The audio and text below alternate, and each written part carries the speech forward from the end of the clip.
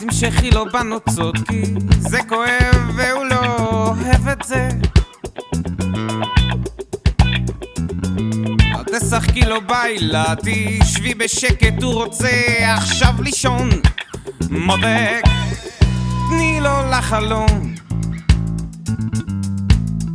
מכיוון שהוא שבר כנף, מכיוון שרק לא נתקע בענן.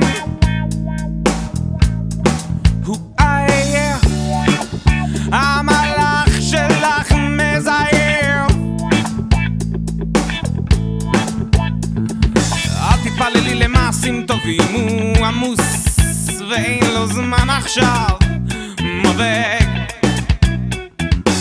אל תקני עוד בקדושים, הוא מסתובב עד לא תביני. מודק, זה עניין של מלאכים, מכיוון שאלוהים כועס, מכיוון ששאר העולם זקוק לו כל כך. הוא עסוק, המלאך שלך הוא לא בדיוק. הוא עייב, המלאך שלך הוא מזייף.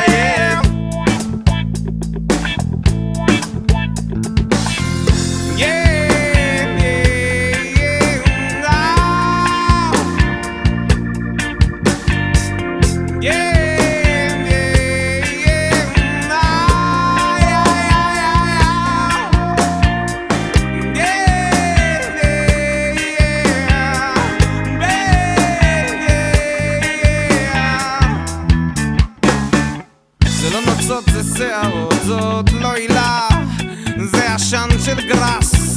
מודק,